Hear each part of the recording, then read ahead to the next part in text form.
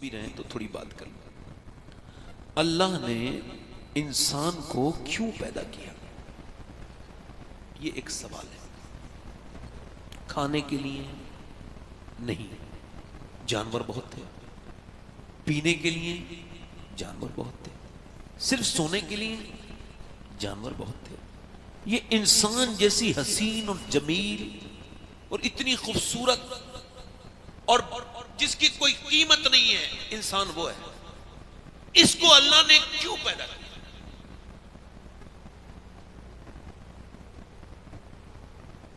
آپ کی بائک کا ایک کام ہے، آپ کی موٹر بائک کا ایک کام ہے، آپ نے جتنے بھی اپنے گھر میں چیزیں انسٹال کی ہیں ان سب کا ایک کام ہے.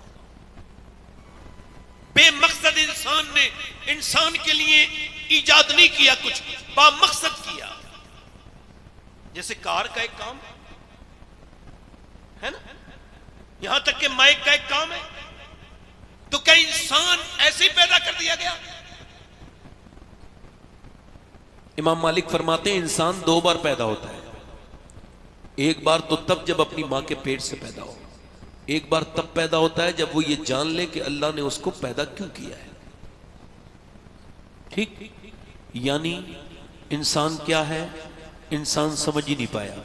دنیا میں لگا رہا، وہ یہ سمجھا نہیں اللہ نے اس کو کیوں پیدا کیا. اچھا اس کا جواب کون دے گا؟ کوئی سائنسداں نہیں، کوئی پروفیسر نہیں، کوئی انجینئر نہیں، کوئی دانشور نہیں، کوئی نہیں دے گا اس کا جواب. اس کا جواب وہ دے گا جس نے انسان کو پیدا کیا ہے، جس نے انسان کو پیدا کیا ہے. اس کا جواب سب نہیں دیں گے، صرف وہ دے گا جس نے انسان کو پیدا کیا ہے. اب اگر اللہ سے آپ پوچھیں گے اے میرے رب میں کیوں پیدا کیا گیا ہوں یا انسان کیوں پیدا کیا گیا ہے، تو آواز آتی ہے. قرآن میں ارشاد فرماتا ہے میں نے انسان کو اپنی عبادت کے لیے پیدا کیا، اپنی عبادت کے لیے. ایک جگہ ارشاد فرماتا ہے یہ میں نے صبح میں نے اس کی زندگی اور موت اس وجہ سے بنائی، اس وجہ سے کہ تاکہ پرکھا جائے کون نیکی کرتا ہے، کون اچھے عمل کرتا ہے، کون اچھے عمل نہیں کرتا. یعنی انسان آزمائش میں ہے، انسان امتحان میں ہے. وہ 15-20 سال تک تو اس کو کوئی شعور تھا نہیں، ایسی زندگی جی لی. اس کے بعد 20 سال کے بعد شعور ہوا تو کمانے کھانے میں ادھر ادھر لگ گیا، اور اس کے بعد 40 سال تک کہاں لگا رہا. اس نے کبھی سوچا ہی نہیں کہ میں کیوں پیدا کیا گیا ہوں. امام مالک فرماتے ہیں انسان دو بار پیدا ہوتا ہے. ایک بار تو ماں کے پیٹ سے پیدا ہوتا ہے، ایک بار تب پیدا ہوتا ہے جب وہ یہ جان لے کہ اللہ نے اس کو کیوں پیدا کیا ہے. یعنی انسان ایک بار پیدا ہوتا ہے تو اس کے ہاتھ میں تلوار ہوتی ہے اور وہ اسلام کو مٹانے کے لیے چلتا ہے اور کہتا ہے میں اسلام کو مٹا دوں گا. اس کا نام عمر بن خطاب ہوتا ہے، اور تھوڑی دیر کے بعد وہ جب اپنے مقصد زندگی سمجھ جاتا ہے تو وہ دوسری بار پیدا ہوتا ہے اور اس کا نام فاروق اعظم ہو جاتا ہے اور دنیا کو. ہاں سبحان اللہ سبحان اللہ، زندہ باد زندہ باد، واہ واہ واہ واہ واہ واہ، بہت اچھے، زندہ باد زندہ باد، زندہ باد زندہ باد. یعنی اپنے من میں ڈوب کر اقبال کہتا ہے تھوڑا سا بھائی ایک اور کم کریں گے. اقبال کہتا ہے اپنے من میں ڈوب کر پا جا سراغ زندگی، میرا نہ بنتا ہے نہ بن اپنا تو بن، اپنا تو بن اپنے آپ کو تو سمجھ، تو اپنی جان پہ ظلم کرتا چلا جا رہا ہے. انسان ذرا غور کر، تیری آزمائش ایسا نہیں ہے کہ صرف صبح ہے، نہیں نہیں. مولا علی فرماتے ہیں صبح آزمائش، دوپہر آزمائش، رات آزمائش، آپ کا ہر وقت کھانا آزمائش، پینا آزمائش، بچے آزمائش، بیوی آزمائش، یہاں تک کہ تو امتحان میں ہے. اقبال کہتا ہے ہر ایک مقام سے آگے مقام ہے تیرا، ہر ایک مقام سے آگے مقام ہے تیرا. حیات ذوق سفر کے سوا کچھ اور نہیں. انسان کی زندگی کیا ہے یہ میں آپ سے پوچھنا چاہتا ہوں. یہ صرف اس وجہ سے کہ سوتا رہا اس زندگی میں اپنے رب کو ناراض کرتا رہا؟ نہیں نہیں. وہ سو رہا ہے، فجر کی اذان کی آواز آئی، اب امتحان شروع ہوا. اذان آتے ہی اس نے فجر کی اذان کی آواز کے وقت میں اس کے نفس نے اس سے کہا کہ سو جا، مگر اس کے ایمان نے اس سے کہا اگر سو گیا تو فجر قضا ہو جائے گی، اور ایک مرتبہ نماز قضا ہو جاتی ہے تو پھر ادا نہیں ملتی، پھر قضا ہی ملتی ہے. لہٰذا ایسا کر نماز کے لیے اٹھ جا. ایمان تقاضے کر رہا ہے، نفس اس کو روک رہا ہے. اللہ فرماتا ہے میں نے انسان کو پیدا کیا، اس کے ساتھ اپنے دشمن نفس کو بھی پیدا کیا. اب نفس آپ کا بھی دشمن ہے اور نفس میرا بھی دشمن ہے. اس کی آپ سے بھی دشمنی ہے اور مجھ سے بھی دشمنی ہے. اب وہ فجر کے لیے روک رہا ہے مگر انسان کا ایمان اس سے کہہ رہا ہے اٹھ جا. آخر ایمان جو ہے وہ جیت گیا. ایمان نے فتح حاصل کی، ایمان نے بلینکٹ پھینک دیا اور اس کے بعد ٹھنڈے پانی میں جا کے ہاتھ ڈال دیا اور وضو کر کے مسجد میں پہنچا، ٹھٹھرتے ہوئے نماز پڑھی اور جیسے ہی اس نے اللہ اکبر کہا ویسے ہی فرشتوں نے اعلان کر دیا آج فلاں محلے میں فلاں نوجوان اپنے رب کی بارگاہ میں کامیاب ہو گیا۔ اس نے شیطان اور نفس کی بات نہیں سنی، اس نے اپنے رب کی اطاعت کی، اس نے شریعت کی اطاعت کی اور وہ کامیاب ہو گیا۔ مگر ابھی امتحان ختم نہیں ہوا، اس کے بعد وہ وہاں سے نماز پڑھ کے گھر آیا، وہی نوجوان اس کے بعد اس نے ناشتہ کیا، گھر سے نکل رہا ہے۔ جب گھر سے نکلا تو اس نے دیکھا ایک لڑکی ہے، بڑی واہیات قسم کی بےہودہ لڑکی ہے، اس کے کپڑے بڑے گندے ہیں، بڑے بیکار کپڑے ہیں، اس کے جسم پر کپڑے بالکل بیکار ہیں۔ اس کی ایک نظر اس پر پڑی مگر پھر اس نے نظر جھکا لی، اور پہلی نظر میں ہوتا بھی کچھ نہیں ہے، جتنے بھی نقصانات ہیں یہ دوسری نظر سے ہوتے ہیں۔ صوفیہ کہتے ہیں دوسری نظر ہی فتنہ پیدا کرتی ہے، پہلی نظر سے کچھ نہیں ہوتا، پہلی نظر معاف ہے، اب مگر دوسری نظر کے لیے نفس تقاضا کر رہا ہے، نفس کہہ رہا ہے دیکھ لے، نفس کہہ رہا ہے دیکھ لے، نفس کہہ رہا ہے دیکھ لے، نفس کہہ رہا ہے دیکھ لے۔ چونکہ نفس ایسا کتا ہے، حضرت جنید بغدادی سے پوچھا گیا کہ نفس میں اور شیطان میں کیا فرق ہے، کیسے پتا چلے کہ مجھے برباد کرنے والا اس وقت شیطان لگا ہوا ہے یا میرا نفس؟ تو انہوں نے کہا اگر شیطان کو آپ نظر انداز کر دیں گے تو وہ پھر اس کے بعد آپ کو پریشان نہیں کرے گا ایک بار، مگر نفس ایسا کتا ہے تب تک بھونکتا رہے گا جب تک اپنی مرضی نہیں کرا لے گا۔ یہ اگر کسی گناہ پہ لگاتے تو گناہ کروا کے ہی مانتا ہے، اب یہ نفس کہہ رہا ہے نہیں نہیں دیکھ لے، نہیں نہیں دیکھ لے، بار بار تقاضے کر رہا ہے۔ اس کا ایمان نے کہا نہ دیکھنا، صرف زنا زنا وہ نہیں ہوتا جو مل کے کیا جائے، زنا آنکھوں کا بھی زنا ہے، تیرے نبی نے فرمایا کہ آنکھوں کا بھی تو زنا ہے، نہ دیکھنا نہ دیکھنا، آنکھیں نہ اٹھا کے دیکھنا۔ نوجوانوں نے کیا سمجھ لیا آنکھیں ان کی اپنی ہیں؟ نہیں نہیں، تمہاری اپنی آنکھیں نہیں ہیں میرے دوستو، اس آنکھوں کا مالک اللہ ہے، جب ذرہ ذرہ بولے گا تو یہ آنکھیں بھی آپ کے خلاف گواہی دیں گی۔ اچھا آپ مجھے بتائیں اگر آنکھ قیامت کے دن اللہ کے سامنے یہ گواہی دے دے، اگر کسی عام آدمی کے سامنے یا آپ کے ابا کے سامنے کوئی یہ کہہ دے کہ آپ کا بیٹا گندی چیزیں دیکھتا ہے، گندی تصویریں دیکھتا ہے، گندی فلمیں دیکھتا ہے، تو آپ شرمندہ نہیں ہو جائیں گے؟ اور یہ بتاؤ اگر قیامت کے دن اللہ کے سامنے آنکھوں نے کہہ دیا اے اللہ تو نے کعبہ دیکھنے کے لیے دیا تھا، اپنے محبوب کا روزہ دیکھنے کے لیے آنکھیں دی تھی، تو نے قرآن پڑھنے کے لیے آنکھیں دیکھی مگر اس نے قرآن نہیں پڑھوایا میرے مالک،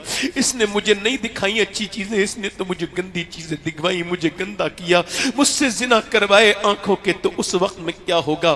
جو جس حال میں مرے گا اسی حال میں اٹھایا جائے گا۔ ایک صحابی رسول ہیں، ان کا نام ہے عتبہ بن غزوان، وہ صحابی تلوار چلا رہے ہیں، تلوار چلاتے چلاتے انہوں نے اپنی تلوار کی نوک اپنی آنکھ میں مار کے آنکھ نکال کے پھینک دی، آنکھ نیچے گری اور پھر شور مچ گیا، لوگوں نے کہا عتبہ پاگل ہو گیا، آنکھ پھوڑ دی اس نے۔ حضرت ابو موسیٰ اشعری آگے بڑھ کے بولے یار تو نے آنکھ کیوں نکال کے پھینک دی؟ لوگ تجھے پاگل کہہ رہے ہیں، کیا بات ہے؟ کہنے لگے رو کے کہنے لگے وہ صحابی میں نے لوگوں کے لیے نہیں اللہ کی رضا کے لیے ایسا کیا ہے۔ کہا کیا مطلب؟ کہا ایک لڑکی پر نظر پڑ گئی، حضور فرماتے ہیں جو بدنگاہی کرے گا اس کی آنکھ میں جہنم کی کیلیں، جہنم کی سلاخیں ڈالی جائیں گی، تو میں تو ایک تنکا بھی برداشت کرنے کے لائق نہیں، اور اس وقت میں کتنی شرمندگی ہوگی جب مجھے عذاب ملی، تو میں نے اپنی آنکھ نکال کے پھینک دی۔ کہتے ہیں اس کی ایک آنکھ سے خون کے لوتھڑے نیچے کو گر رہے تھے، ایک آنکھ سے آنسو گر رہا تھا، اور وہ مجھ سے لپٹ گیا، دونوں صحابی آپس میں لپٹ کے رونے لگے۔ حضرت ابو موسیٰ اشعری کہتے ہیں عتبہ مجھے دیکھ کے کہنے لگا کیا اللہ مجھے معاف کر دے گا؟ نظر پڑی تھی ایک لڑکی پہ مگر آنکھ نکال کے پھینک دی، کیا اللہ معاف کر دے گا؟ کہنے لگے اللہ تجھے معاف نہیں کرے گا اب تجھے معاف نہیں کرے گا عتبہ، جو اللہ سے تیری اس بات کو سن کے توبہ کرے گا اللہ اس کو بھی معاف کر دے گا۔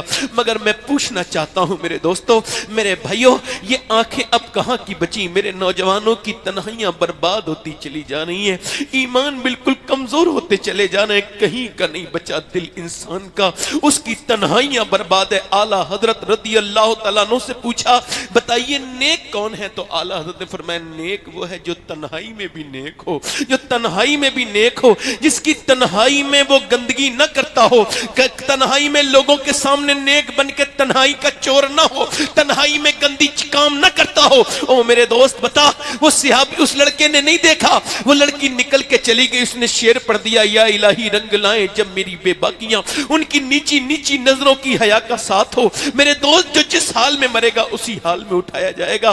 اب مجھے بتا جو گانے سنتے سنتے مر گیا وہ کس حال میں اٹھایا جائے گا؟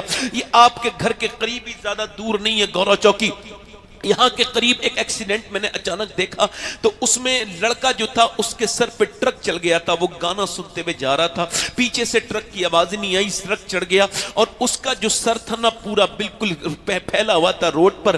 تبھی تو میں کہتا ہوں توبہ کر لیا کرو، گھر سے نکلتے وقت رو لیا کرو اللہ کی بارگاہ میں۔ موت او ٹی پی فیل نہیں کراتی، موت نہیں کہتی کہ تم کو مرنا ہے او ٹی پی دیجئے، نا نا نا نا، موت تو آئی جاتی ہے۔ میرے حضور ایک جگہ فراغت حاصل کی ہے میرے سرکار نے، اور فراغت حاصل کرنے کے بعد میرے نبی نے وضو کرنا ہے، مگر حضور نے وضو نہیں کیا، پہلے تیمم کر لیا۔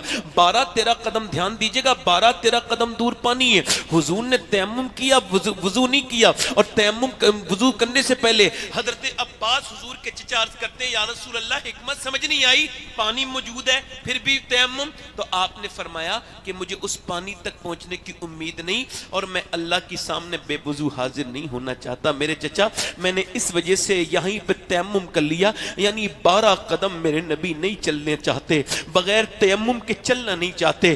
ہم تو پوری زندگی میں کیا پتہ کب موت آ جائے، بولو کب توبہ کرو گے؟ نوجوانوں کو تم نے مرتے نہیں دیکھا تو ہم نے دیکھا اس کا بھیجا پورا بکھرا پڑا تھا، مگر اس کے کان میں جو لگی تھی لیڈ وہ بھی نکل گئی، مگر گانا اب تک بج رہا تھا۔ وہ مسلمان تھا، کوئی غیر مسلم نہیں تھا۔ میں پوچھنا چاہتا ہوں محمد نام رکھ کے تم کیا کر رہے ہو؟ محمد نام رکھ کے میرے نبی کو بدنام کر رہے ہو۔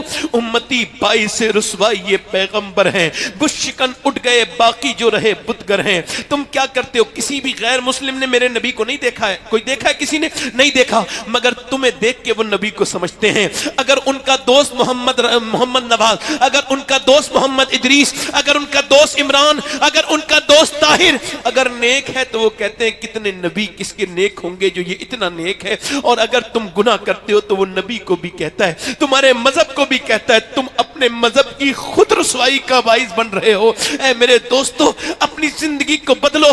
ایک آدمی دلی میں بھیک مانگ رہا تھا، ہم سے بہتر تو بھکاری ہیں کہ اس سے کسی انگریز نے کچھ مانگا تو اس نے کچھ مانگا، انگریز نے دے دیا، اس کا بٹوا گر گیا اور دھیان نہیں رہا اس کو، مگر بٹوا بعد میں مسلمان کو ملا، ڈھونڈا ملا نہیں۔ 3 مہینے کے بعد انگریز آیا، کہنے لگا یہ آپ کا بٹوا ہے؟ اس نے پیسے چیک کرنے کے بعد کہا تو بھکاری نہیں ہے، اس میں اتنا رقم تھی، اتنا پیسہ تو مالدار ہو جاتا، تو نے مجھے کیوں واپس کر دیا؟ کہنے لگا بھکاری ہوں مگر بے غیرت نہیں ہوں۔ کہا کیا مطلب؟ کہا تم عیسیٰ علیہ السلام کے امتی ہو، میں اپنے مصطفیٰ کا امتی ہوں۔ اگر قیامت کے دن آپ کے نبی نے میرے نبی سے کہہ دیا ہوتا کہ آپ کا امتی چور ہے تو میرے نبی کو تکلیف ہو جاتی۔ میں اپنے نبی سے بہت پیار کرتا ہوں، میں مصطفیٰ سے پیار کرتا ہوں، میں اتنا بے غیرت نہیں جو تمہارے یہ پیسے لو اپنے پیسے۔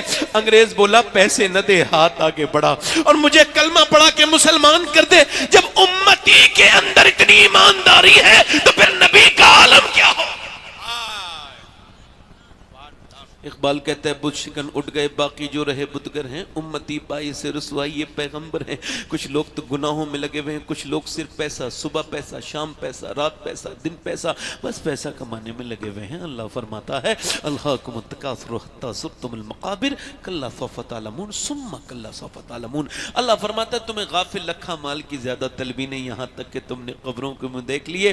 اللہ کے رسول فرماتے ہیں انسان آدم کی اولاد کو ایک جنگل بھر کے اللہ سونے دے دے، ہیرے جواہر، تو یہ اس کو اس میں ٹھکانے لگائے گا، دوسرے دن دوسرا سونا برداشت ڈھونڈے گا، دوسرے جنگل کو تلاش کرے گا، یہ مطمئن نہیں ہو سکتا۔ اللہ فرماتا ہے حتی زرتم المقابر، یہاں تک کہ تم نے قبروں کے منہ دیکھ لیے، کلا سوف تعلمون، ہاں جان جاؤ گے، ثم کلا سوف تعلمون، ایک ہی بات کو 2 بار کہتا ہے مگر اگلا ثم استعمال کرتا ہے۔ اللہ فرماتا ہے ثم کلا سوف تعلمون، پہلے کہتا ہے ہاں جان جاؤ گے، پھر کہتا ہے ہاں جان جاؤ گے۔ یہ جان جاؤ گے کیا مطلب؟ یہ تمہاری دولتیں، یہ تم کیا سمجھتے ہو یہ کچھ دنوں کے بعد میں بھی نہیں رہوں گا، آپ بھی نہیں رہیں گے۔ آج سے 50 سال کے بعد ہماری شکلیں لوگ بھول جائیں گے، ہمارے نام لوگ بھول جائیں گے، جیسے ہم اپنے بزرگوں کو بھول چکے ہیں، اپنے دادا پردادا کو، ایسے ہی کوئی ہمیں بھی یاد نہیں کیا کرے گا۔ وہ بھی کبھی جوان تھے، کیا سمجھتے ہو جوانوں؟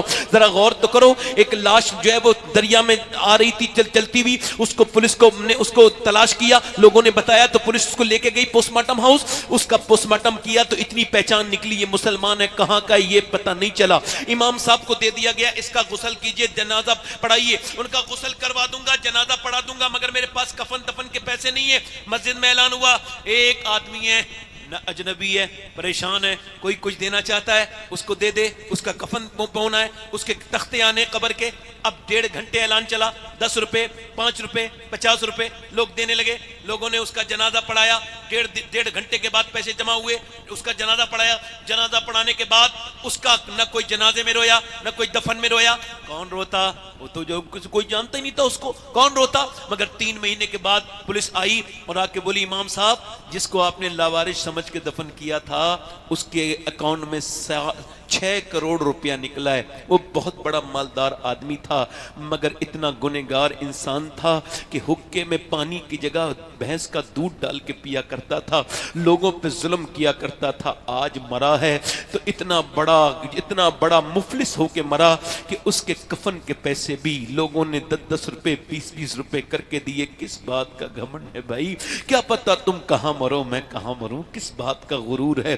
کس بات کا گھمنڈ ہے تم کو؟ کہ ایک لڑکا گانا گاتا تھا، گانا گاتے گاتے مشہور ہو گیا، بڑی شہرت ہو گئی اس کی گانا گانے میں. گانا گانے میں بڑی شہرت، اچھا گانا گاتا تھا. ویسے گانا اچھا ہوتا نہیں، سمجھانے کے لیے کیا. گانا گانے سے مشہور ہو گیا. 16 سال کی عمر میں مرسڈیز جیتی.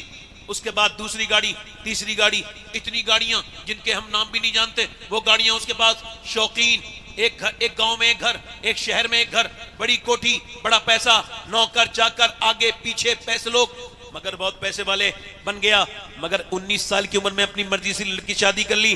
24 سال تک گانا گاتا رہا، ورلڈ فیمس ہو گیا، ورلڈ ٹور کیا. ایک دن گانا گا رہا تھا ایک ایونٹ میں، گانا گاتے گاتے گر گیا. جیسی گرا ویسے ہی ہوش آ گیا، اور جب ہوش آیا اسپتال میں تو سارے ہوش ختم ہو چکے تھے. ڈاکٹر سے پوچھا مجھے کیا ہوا ہے؟ ڈاکٹر نے کہا تیرے دونوں گردے فیل ہو گئے، اب تو ڈائلیسس موڈ پہ آئے گا. کبھی تم نے گردوں کو سوچا ہے؟ کبھی غور کیا ہے؟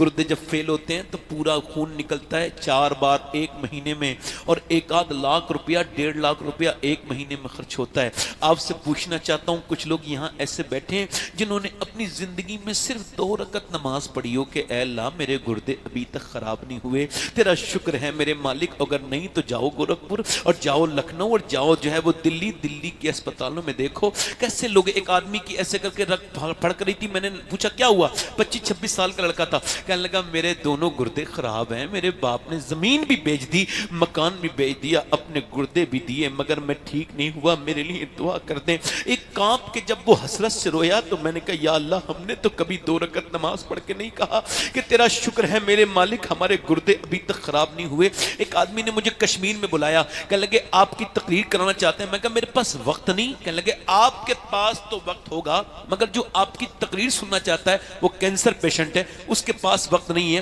میں کہا اچھا. بولے آپ ایسے. میں اس کے پاس چلا گیا. تقریر کرنے کے بعد میں نے اس سے ملاقات کی. اس کا نام محمد سلیم تھا، اب تو اس کا انتقال ہو گیا. میں نے پوچھا کیا حال ہے سلیم بھائی؟ کہنے لگے اللہ کا شکر ہے. میں نے کہا میں نے سنا ہے آپ کو کینسر ہے. کہنے لگے کینسر کی وجہ سے اللہ کا شکر ہے. میں نے کہا کیوں؟ کہنے لگے پہلے اللہ کا فضل ہے کہ مجھے ایکسیڈنٹ سے موت نہیں آئی، دل کا دورہ پڑنے سے موت نہیں آئی، اٹیک سے. اللہ نے 2 مہینے پہلے ڈاکٹر کے ذریعے بتا دیا کہ مجھے مرنا ہے، یعنی مجھے اللہ نے توفیق دی ہے، توبہ کا موقع دیا ہے. تو مجھے لگتا ہے 2 مہینے میں ضرور میرا رب مجھے معاف کر دے گا. کہتے ہیں میں پہلے بھی نماز پڑھتا تھا مگر پہلے کی نماز کیا نماز تھی، اب نماز ہے. اب جب سر سجدے میں رکھتا ہوں تو پھر اللہ کے سامنے جب ڈبڈبا جاتی آنکھیں اور کہتا ہوں مالک میں تو ایک اندھیرے کمرے میں بھی نہیں رہ سکتا، تو اندھیری قبر میں اور اس کے اوپر تختے اور تختے کے اوپر مٹی اور پھر وہ اندھیری قبر، میرے مالک میں کیسے رہوں گا تیری بارگاہ میں، کیسے آؤں گا؟ مجھ پہ فضل فرمانا. اس اندھیری قبر میں کہتا ہے جب سجدہ کرتا ہوں تو آنکھیں ڈبڈبا جاتی ہیں، اس کے سامنے رونے لگتا ہوں، اس کے سامنے گڑ گڑانے لگتا ہوں. کبھی سرو سجدہ جو میں ہوا کہیں تو زمین سے آنے لگی صدا، تیرا دل تو ہے صنم آشنا تجھے کیا ملے گا نماز میں. کبھی آپ نے کہا، ایک بار کہا اللہ تیرا شکر ہے. ایک آدمی اسپتال میں بھرتی ہوا، 1.5 دن میں اس کا بل آیا 90,000. سانس لینے میں دقت تھی، 80-90 سال کا بوڑھا. اس کے بعد اسپتال کا بل دیکھ کے رونے لگا. ڈاکٹر نے کہا زیادہ پیسے لگ رہے ہیں جو آپ روتے ہو. کہنے لگا نہیں اللہ نے بڑا ہی نوازا ہے، پورا اسپتال خرید سکتا ہوں. کا پھر روتے کیوں؟ کہ رو اس وجہ سے رہا ہوں کہ آپ کے اسپتال کی اس مشین سے 1.5 دن سانس لیا تو آپ نے 90,000 کا بل بٹھا دیا. میں نے اللہ کی ہواؤں میں کب سے سانس لے رہا ہوں. میں 80 سال کا بوڑھا، میں نے کبھی سوچا ہی نہیں کہ سانس لینا اتنی بڑی اللہ کی نعمت ہے، کبھی سوچے ہی نہیں سانس لینا کتنی بڑی نعمت ہے۔ انسان کی ناک ہے، ناک کے اندر ایک سرخ رگ ہے، یہ رگ ناک سے جا کے دماغ تک جاتی ہے۔ نیورو اسپیشلسٹ کہتے ہیں اور ای این ٹی اسپیشلسٹ کہ یہ رگ اگر بند ہو جائے تو نہ خوشبو آئے، نہ بدبو آئے، نہ کھانے کی خوشبو، نہ کسی چیز کی بدبو آئے۔ اور پوری دنیا کا میڈیکل سائنس مل کر ایک ایسی رگ نہیں بنا سکتا جو اللہ نے ہر انسان کی ناک میں بنائی ہے، اربوں خربوں انسان کی ناک میں بنائی ہے۔ تبھی تو میں کہتا ہوں اپنے رب سے اس کی طرف رجوع کرو، یہ بتاؤ کہ انسان، یہ ہم کہتے ہیں سائنس سے ہمارا کوئی جھگڑا وگڑا نہیں ہے، سائنس کتاب تحقیق ہے اور قرآن کتاب تخلیق ہے۔ سائنس یہ کہتا ہے کہ سورج 1.25 لاکھ، چاند 1.25 لاکھ میل دور ہے اور اتنے کروڑ میل دور چاند ہے، مگر اتنے کروڑ میل دور سورج ہے، مگر سائنس یہ نہیں کہتا کہ چاند اس نے بنایا ہے، یا سورج اس نے بنایا ہے، یا زمین اس نے بنائی ہے، یا آسمان اس نے بنایا ہے، وہ اکیلا میرا رب ہے۔ یہاں تک کہ لوگوں نے خدائی کا دعویٰ بھی کیا جھوٹوں نے، مگر مر گئے، کسی نے یہ نہیں کہا کہ انہوں نے ایک پرندہ بھی بنایا ہے۔ وہ اکیلا میرا رب ہے جو کہتا ہے زمین بھی میں نے بنائی ہے اور آسمان بھی میں نے بنایا ہے، شجر بھی اسی نے بنائے ہیں، حجر بھی اسی نے بنائے ہیں۔ کبھی اس کے سامنے، میرے کہنے کا مطلب یہ، جس نے گردے دیے،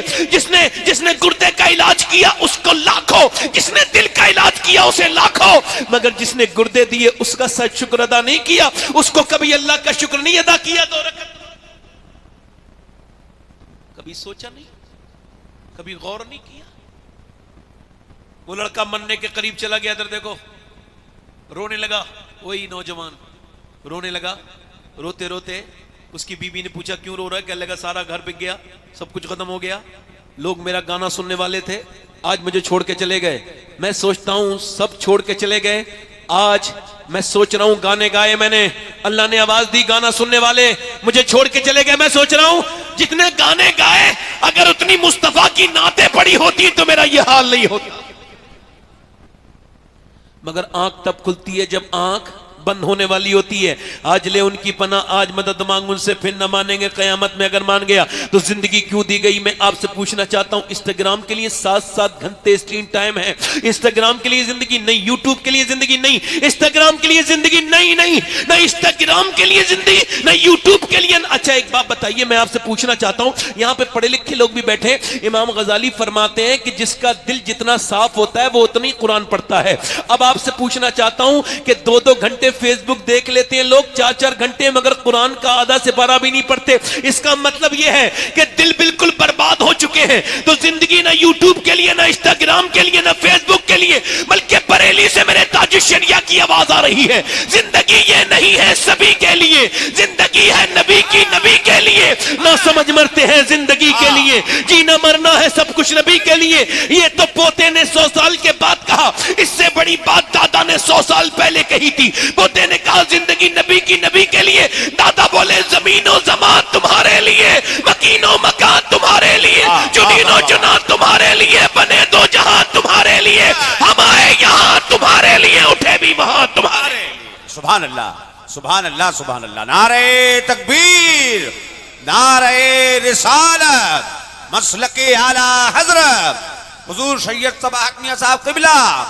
واہ واہ، ادھر دیکھو بھیا،